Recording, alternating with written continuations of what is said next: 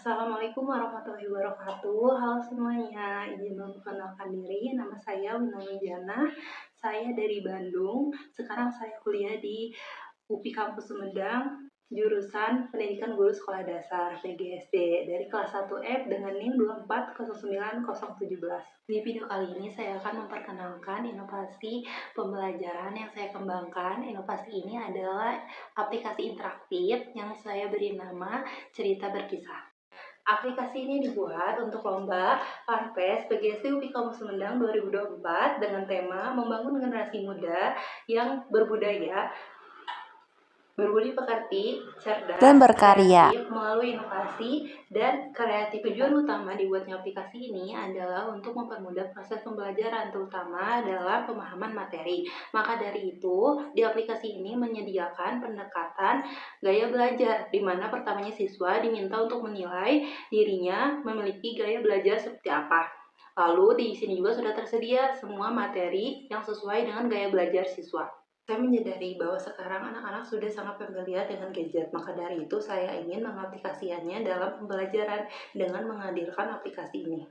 Dalam aplikasi ini, saya mengangkat tema cerita rakyat yang dipelajari di kelas 4 SD, tema 8. Cerita rakyat bukan hanya memperkenalkan budaya Indonesia, tetapi di dalamnya terdapat nilai-nilai budi pekerti yang bisa nanti siswa terapkan dalam kehidupan sehari-hari.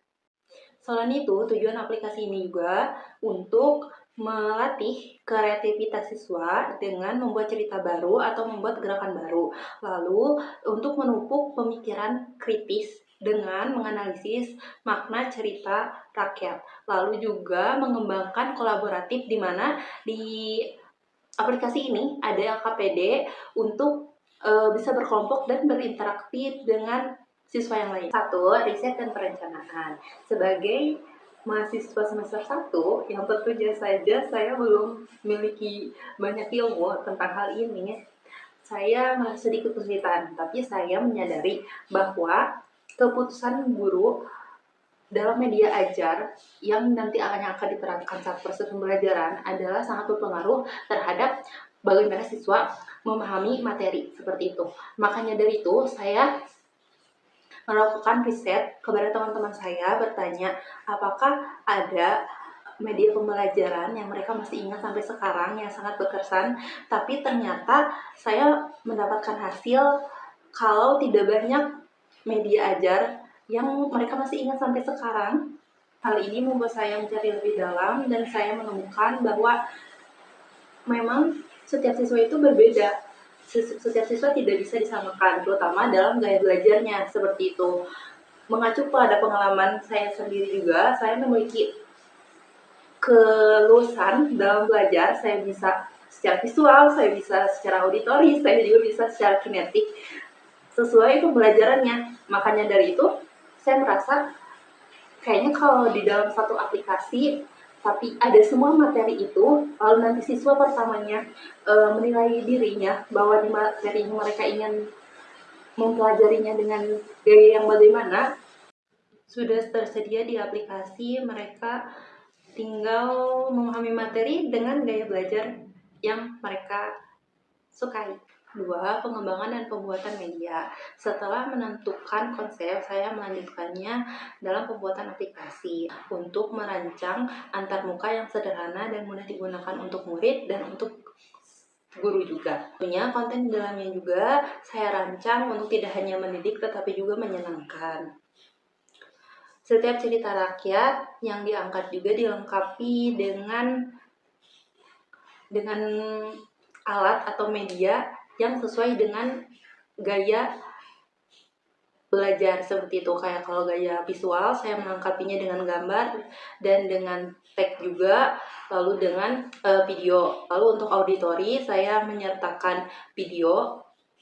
Lalu untuk kinestetik, saya menyediakan media ajar yang dimana di situ ada beberapa instruksi yang nantinya mereka bisa gunakan di kelas dengan sesuai dengan gaya belajar kinestetik, itu bergerak seperti itu. Lalu juga banyak platform yang saya gunakan.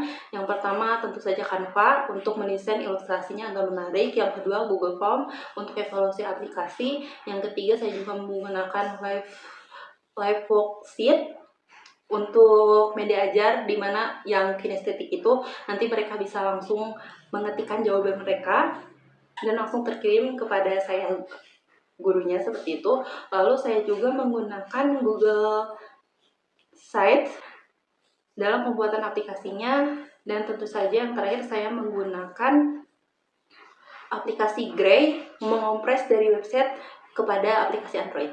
Aplikasi YouTube untuk melengkapi materi. Dengan memanfaatkan alat-alat ini, saya berharap aplikasi cerita berkisah dapat menjadi media pembelajaran yang relevan, inovatif, dan efektif untuk mendukung generasi muda yang berbudi pekerti, cerdas, dan berkarya. Cara penggunaan dan fitur-fitur media pembelajaran cerita berkisah. Cara penggunaan. Pertama, media dalam bentuk aplikasi. Jadi, siswa dan guru sangat dipermudah dengan mendownload aplikasinya di handphone. Fitur-fitur aplikasi. Yang pertama, menu awal. Setelah membuka aplikasi, siswa dapat langsung menekan tombol Start, di mana nanti akan diarahkan kepada menu utama. Ada beberapa menu lain, yaitu yang pertama ada tujuan pembelajaran, yang kedua ada penilaian diri, yang ketiga ada materi, yang keempat ada tentang kami. Mengakses tujuan pembelajaran. Jika siswa menekan menu tujuan pembelajaran, mereka akan diarahkan ke halaman yang menjelaskan tentang tujuan pembelajaran.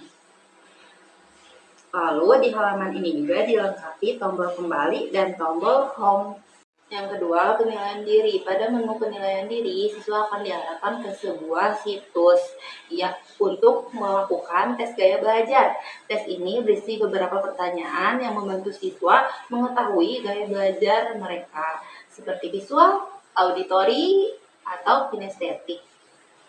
Setelah menjawab pertanyaan, siswa langsung mendapatkan hasilnya.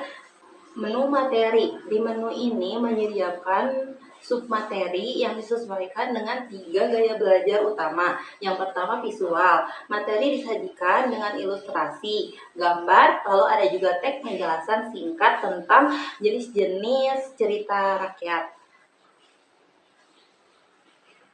Siswa dapat mengklik gambar atau judul jenis cerita untuk mendapatkan penjelasan lebih detail berupa teks, video, dan kesimpulan. Terdapat tombol kembali dan home untuk mempermudah navigasi juga.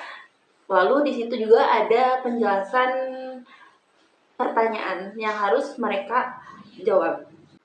Yang kedua, auditori. Siswa yang gaya belajarnya auditori dapat mengakses teks materi yang dilengkapi dengan video YouTube.